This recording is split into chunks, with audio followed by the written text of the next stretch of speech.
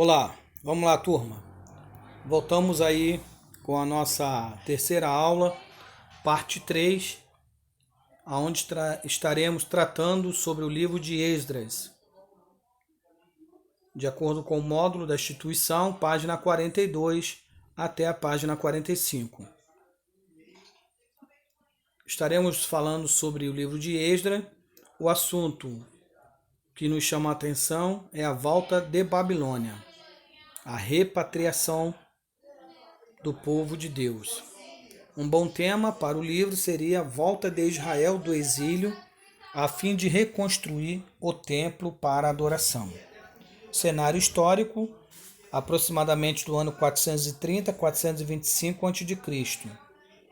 O ministério de Esdras e Neemias tiveram lugar durante o reinado de Artaxerxes I, no ano 465 ao 424 a.C. Versículo-chave, capítulo 7, verso 27. Próximo slide.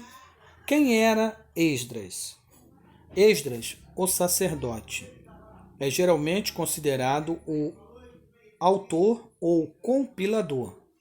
Esdras era filho de Seraías, o sumo sacerdote, assassinado por Nabucodonosor em 586, conforme está em Esdras 7:1, segundo Reis, capítulo 25, do 18 ao 22. E irmão de Jeozadaque, o sumo sacerdote levado cativo. 1 Crônicas 6:15. Sua importância como professor da lei, que concluiu o Antigo Testamento, é com frequência comparada com a de Moisés, o legislador que começa a escrever o Antigo Testamento. Ambos eram levitas. Próximo slide. Um ou dois livros. Na Bíblia hebraica, esses dois livros são um só. Os livros de Esdras e Neemias seguem um padrão semelhante. A corte real da Pérsia os autoriza a reconstruir o templo. Então, há uma jornada, oposição e sucesso. Esdras e Neemias veem aquela história com os olhos da fé e percebem as ações de Deus em seu tempo. As ações dos reis persas são, na verdade, as ações de Deus. Cenário político. Primeiro, princípio da era do Império Persa com seu grande número de novas manobras políticas que afetaram Israel e o mundo. Segundo, nova prática persa da volta do exílio.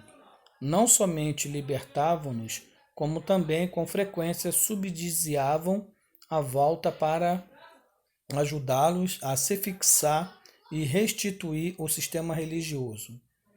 Diversos judeus tinham alcançado altos postos no governo persa. Qual era o cenário religioso? Os decretos de Ciro e Dário surgiram parcialmente inspirados por sua fé religiosa, uma mistura da visão tradicional de um panteão de deuses e do zoroatrismo. Segundo o cenário religioso, para muitos em Israel, o exílio na Babilônia produziu uma grande revolução espiritual. O estudo da Torá e dos profetas, feito nas sinagogas, exerceu, sem dúvida, uma grande influência na inspiração dessa fé religiosa. Terceiro, foi um período de muitos pensamentos e confusões religiosas e filosóficas no mundo. Por quê?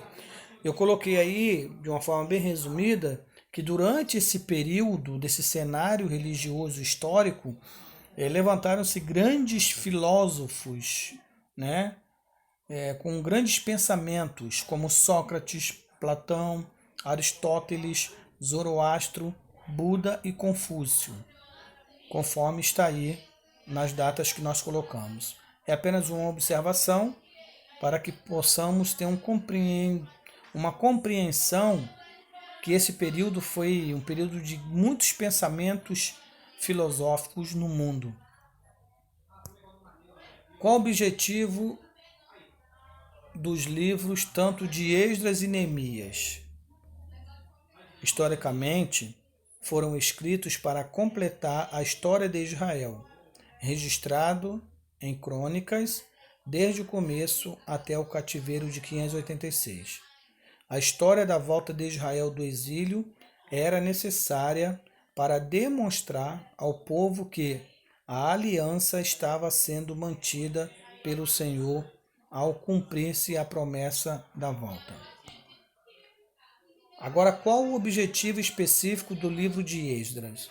O objetivo específico desse livro era documentar a volta do povo que vinha reconstruir o templo na ocasião certa que o Senhor, por intermédio de Jeremias, havia dito que aconteceria. Jeremias capítulo 29 e Esdras capítulo 1. Como os últimos 2 versículos de Crônicas aludiram ao cumprimento dessa promessa, Esdras voltou à mesma afirmação e deu os detalhes da construção do templo e da restauração do culto. Contribuições singulares no livro de Esdras. Podemos destacar aí, primeiramente, fatos importantes relatados. Por exemplo, o retorno dos judeus exilados à sua pátria, a reconstrução do templo e a reforma religiosa. Destacam-se também a anulação em massa dos casamentos ilícitos. Capítulo 10. Sugestão de leitura. Características especiais.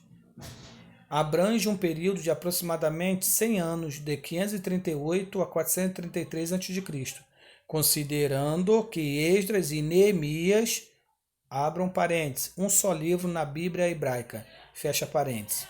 Convém ressaltar que há um intervalo de quase 6 décadas entre os capítulos 6 e 7. Foi neste espaço de tempo que Esté se tornou rainha na Pérsia. Falando ainda de contribuições singulares, eu coloquei aí as deportações para a Babilônia, né? Ou entendemos que são as 3 incursões de Babilônia no reino de Judá, o reino do sul.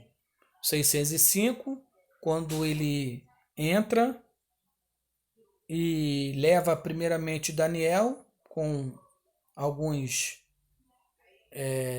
da nobreza, dos príncipes de Judá. No ano 597, 8 anos depois, né, a diferença, ele leva Ezequiel, que é outro profeta dentro do cativeiro, e no ano 586, quando ele justamente entra em Judá e destrói o templo do Senhor e taca fogo no templo. E aí, da mesma forma que houve 3 incursões ou deportações para a Babilônia, passados os 70 anos do cativeiro babilônio, como havia sido profetizado por Jeremias, capítulo 29, que nós chamamos na teologia a Carta aos Exilados, houve 3 repatriações dos judeus. Em 538, conforme está aí, 50.000 judeus voltaram sob a liderança de Zorobabel. Já no ano 457, 17.000 voltaram sob a liderança de Esdras. E no ano 444, sob a liderança de Neemias, o restante. Qual o propósito e teologia do livro de Esdras? Primeiro, conta a história dos judeus que voltaram da Babilônia. Segundo, mostra o antagonismo pela reconstrução do templo e a ajuda de Deus, ou seja, reis pagãos e líderes fiéis, né? Até mesmo os próprios reis pagãos, que foram os da Pérsia, eles contribuíram para a reconstrução do templo e para a reforma do muro. E, consequentemente, Deus, neste período, levanta líderes fiéis, os que se destacam Esdras, Neemias e Zorobabel. Terceiro, propósito de teologia. Mostra como Deus cumpre sua vontade por meio de diferentes agentes humanos. E quarto, o povo de Deus como remanescente de Israel é importante para a teologia do período da restauração. Qual o valor ético e teológico do livro de Esdras? O arrependimento deve ir além do remorso e levar a uma vida transformada. Letra B. As escrituras são consideradas como o princípio de governo para a vida do povo. Qual o resumo do livro, né? Nós podemos resumir esse livro dizendo o seguinte: os judeus retornam do exílio, reconstroem o templo em Jerusalém e restabelecem a lei de Deus.